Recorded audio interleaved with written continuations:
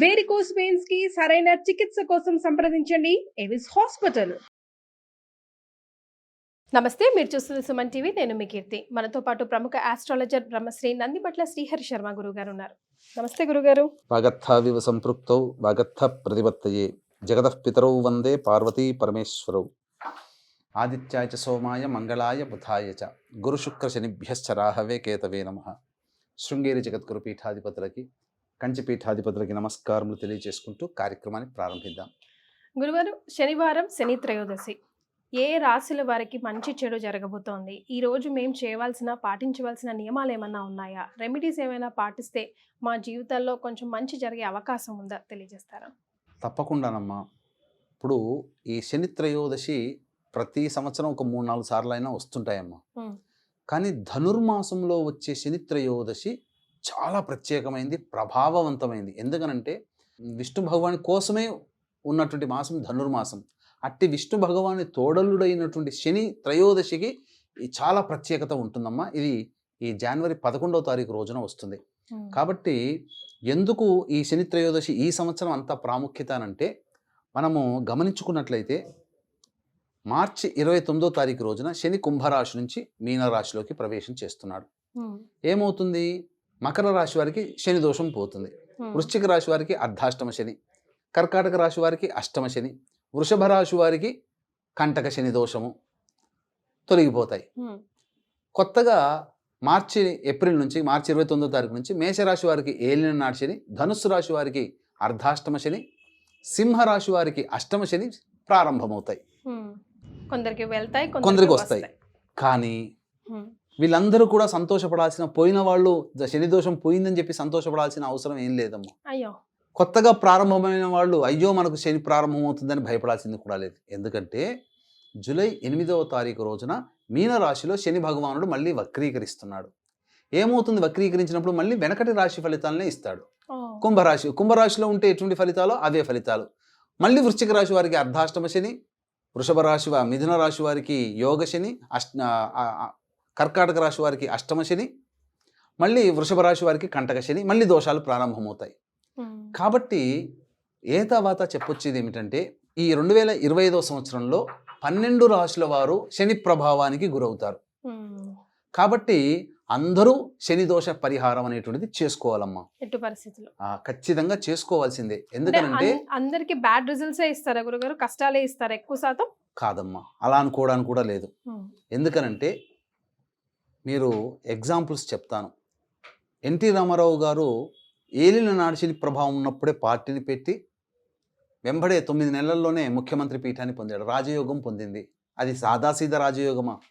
భారతదేశాన్ని కూడా గ్రిప్లో ఇందిరాగాంధీని కూడా గ్రిప్లో ఉంచుకోగలిగాడు. అంటే ఏంటి? అంతటి శని ఇస్తే ఫలితాలు అద్భుతంగా ఇస్తాడు, లేకపోతే చాలా కష్టాలు పెడతాడు. ఇక్కడ కష్టాలు పెడుతున్నాడని చెప్పి భయపడాల్సినటువంటిది కూడా లేదు. ఎందుకనంటే గత జన్మ కర్మదోషాలన్నీ కష్టాల రూపంలో తొలగింపచేస్తాడు శని భగవానుడు. ఇది ఇక్కడ మీరు గమనించాల్సినటువంటి అంశం.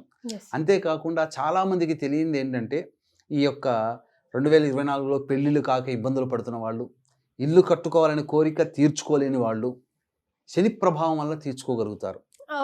ఎందుకనంటే రుణానుబంధ రూపేణ పశుపత్ని సుతాలయ.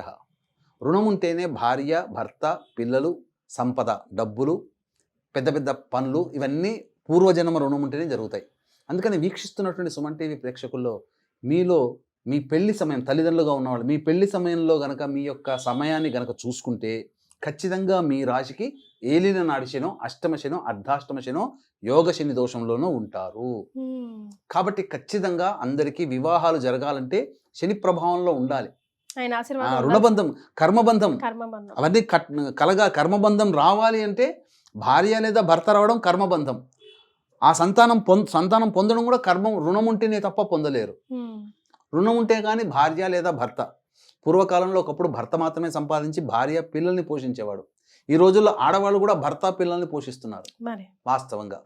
కాబట్టి ఈ యొక్క శని ప్రభావము ధనుర్మాసంలో వస్తున్నటువంటి శని త్రయోదశి కాబట్టి అద్భుతమైనటువంటి రోజుని అందరూ కూడా చక్కగా శని దోష పరిహారం చేసుకుంటే మంచి జరుగుతుంది. ఇంట్లో ఉండే పైసా ఖర్చు లేకుండా అతి సామాన్యుడు కూడా చేసుకోగలిగే పరిహారాల్ని మనం చేసుకోవచ్చునమ్మా. ఏంటి గురుగారు అవి మాకు తెలియజేస్తారా? తప్పకుండా మనకు 11వ తారీఖు రోజున శనివారం ఉదయం 8:22 వరకు ద్వాదశి తిథి ఉంది. గురుగారు. కాబట్టి తదనంతరం త్రయోదశి తిథి వస్తుంది. కాబట్టి 8:30 కల్లా కాలకృత్యాదులు తీర్చుకుని దగ్గరలోని శివాలయము, నవగ్రహాలు లేదా రావి చెట్టు ఉన్నటువంటి శివాలయానికి చేరుకోవాలి. నవగ్రహాలు ఉంటే శనివారం రావి చెట్టుకి మరింత పవర్ వస్తుంది అంటారు కదా. అవునమ్మా, పవర్ వస్తుంది. కాబట్టి మొట్టమొదటిగా మీనం మేషం, కర్కాటకం సింహం, వృశ్చికం ధనుస్సు, ఈ 6 రాశుల్లో జన్మించినటువంటి వారు రావి చెట్టు చుట్టూ నారాయణాయ నమః అంటూ 27 ప్రదక్షిణలు చేసి తూర్పు వైపు ఫేస్ పెట్టి విష్ణు అష్టోత్తరం 3 సార్లు పారాయణం చేసి వెంట తెచ్చుకున్నటువంటి గ్లాసు చెంబు నీళ్లు ఆ రావి చెట్టు మొదట్లో వేసి తదనంతరం నవగ్రహాల దగ్గరికి వచ్చి మళ్ళీ శివాయ నమః అంటూ 27 ప్రదక్షిణలు చేయాలి. తదనంతరం ఆ యొక్క శనీశ్వరుడికి నల్ల నువ్వుల నూనెతో అభిషేకము, నల్ల నువ్వుల నూనెతో దీపారాధన, 8 నల్ల నువ్వుల లడ్డూలు పెట్టి నైవేద్యంగా పెట్టి వెనక్కి తిరిగి చూడకుండా ఇంటికి వచ్చేయాలి. అదే వృషభం, మిథునం, కన్యా, తుల, మకరం, కుంభం ఈ రాశులలో జన్మించినటువంటి వాళ్ళు రావి చెట్టు చుట్టూ శివాయ నమః అంటూ 27 ప్రదక్షిణలు చేసి నవగ్రహాలకు దగ్గరికి వచ్చి శివాయ నమః అంటూ 27 ప్రదక్షిణలు చేసి శనికి తైలాభిషేకం, నల్ల నువ్వుల నూనెతో దీపారాధన, 8 నల్ల నువ్వుల లడ్డూలు నైవేద్యంగా పెట్టి వెనక్కి తిరిగి చూడకుండా ఇంటికి రావాలి. వీలుంటే ఆ రోజంతా ఉపవాసం ఉండవచ్చు లేదా భోజనమైనా చేయవచ్చు, తప్పు లేదు. ఇక భోజనం చేసిన 4 గంటలకల్లా అది అరిగిపోవాలి. అంటే మధ్యాహ్నం 12 గంటలకల్లా భోజనం చేయాలి.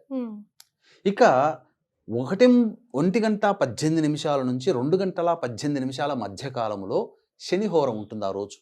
ఆ రోజున మానసిక వికలాంగులకి, పారిశుద్ధ్య కార్మికులకి, శారీరక వికలాంగులకి, అలాగే వృద్ధాశ్రమాల్లో ఉన్న వాళ్ళకి పండ్లు, ఇతర పదార్థాలు, పారిశుద్ధ్య కార్మికులకైతే కిచెన్ సామాన్లు, వండుకోవడానికి తగిన సామాన్లు, లేదు కనీసము వారికి ఎవరికైనా 10 రూపాయలు ఛాయ్ తాగమని దానం చేయండి.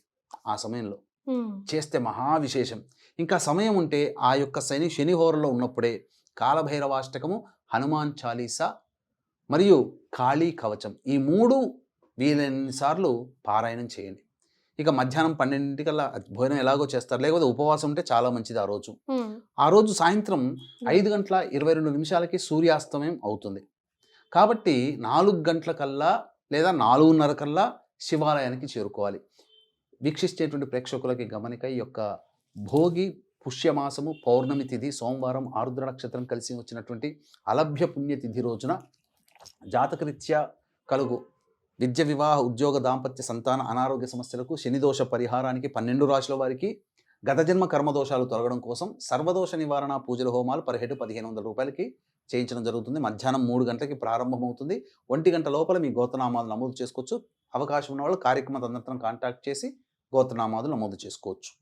ఇక శివాలయానికి చేరుకున్న తర్వాత శివాలయంలో అప్పుడు లోపల అంతరాలయం ఉంటుంది. అక్కడ ఎవరు అభిషేకాన్ని చేయనియరు. కాబట్టి మళ్ళీ నల్ల నువ్వుల నూనెతో శివుడికి అభిషేకం జరిపించి, నల్ల నువ్వుల నూనెతో శివునికి అభిషేకం జరిపించి నీలిరంగు పుష్పాలు, శంకు పుష్పాలు లేదా నీలిరంగు చామంతి పుష్పాలతో అర్చన చేసేసి అప్పుడు తర్వాత ఆ యొక్క చంద్రుడు ఉంటాడు, కొద్దిగా కనబడతాడు, చంద్రుడికి నమస్కారం చేసుకొని ఇంటికి వచ్చి భోజనం చేస్తే సరిపోతుందమ్మా. ఈ పరిహారాలు గనక పాటించినటువంటి మానవులకి శని దోషము చాలా తొలగిపోతుంది. అంటే ఇక్కడ ఏంటనంటే, ఇక్కడ మనము ఒక ఉదాహరణ చెప్పుకోవాలి. మనము జాబ్ చేస్తున్నాం. ఇప్పుడు మీరు జాబ్ చేస్తున్నారు.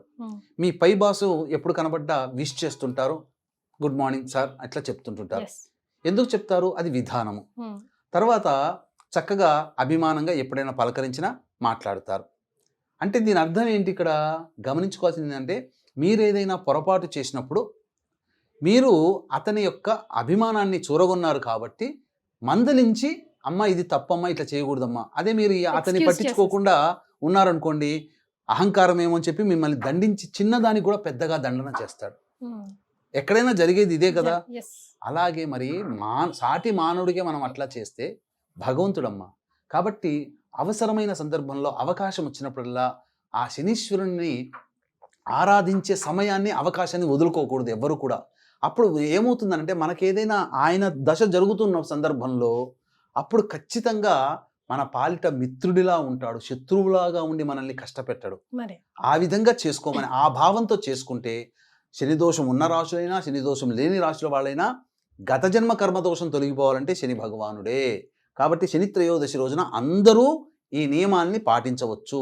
లేదు ఈ చేసుకోగా మళ్ళీ మాకు మంత్ర సహాయము దైవానుగ్రహం కావాలి అని అంటే మనం చేస్తున్నటువంటి భోగి రోజున పండగ రోజున చేస్తున్నటువంటి కార్యక్రమంలో గోత్రనామాలు నమోదు చేసుకోవచ్చు. మరి శనివారం శని త్రయోదశి రోజు ఈ పనులు చేస్తే గనుక శని అస్సలు ఒప్పుకోడు, దండించి తీరుతారు అనే పనులు ఏవైనా మేము చేయకూడదు అంటే సూచించండి గురుగారు. కాబట్టి తెలిసి తెలిసి తెలియక కింద స్థాయి ఉద్యోగస్తులు ఎవరైతే ఉంటారో వాళ్ళని ఏనాడు కూడా చులకనగా చూడకూడదు. Point number 1. పాయింట్ నెంబర్ 1, శని ప్రభావానికి సంబంధించి శనివారం నాడు కానీ శని త్రయోదశి రోజున కానీ మద్యపానము, మాంసాహారము మరియు బ్రహ్మచర్యాన్ని పాటించాలి. మద్య మాంసాలు ముట్టుకోకూడదు. ఓకే. శనివారం రోజున ప్రత్యేకంగా అసత్యము ఆడకూడదు. ఖచ్చితంగా ఇంట్లో దీపారాధన చేసి తీరాల్సిందే. ప్రతిరోజు సూర్యోదయం కంటే ముందే లేచి కాలకృత్యాదులు తీర్చుకోవాలి. వీలు కాని పక్షంలో గురువారం రోజు, శనివారం రోజు, ఆదివారం రోజు సూర్యోదయం కంటే ముందే లేచి కాలకృత్యాదులు తీర్చుకోవాలి. ఈ నియమాలు పాటించాలి. తప్పకుండా సాధ్యమైనంత వరకు అసత్యము ఆడకూడదు, దొంగతనము చేయకూడదు. పైగా కుంటివారిని అంటే శారీరక వికలాంగులని, మానసిక వికలాంగులని హేళన చెయ్యకూడదు, వాళ్ళని ఏడిపించకూడదు. ఈ పారిశుద్ధ్య కార్మికుల్ని విసుక్కోకూడదు, కసురుకోకూడదు.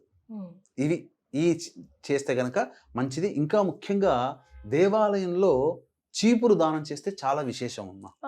దేవాలయానికి ఊడడానికి చీపురు దానం చేయండి. మీరు కొనిచ్చిన డబ్బులతో ఆ దేవాలయం శుభ్రమవుతుంటే దేవతాశక్తి అనుగ్రహం మీకు కలుగుతుంది. లక్ష్మీ బాధలు తొలగిపోతే లక్ష్మీ కటాక్షం కలుగుతుంది.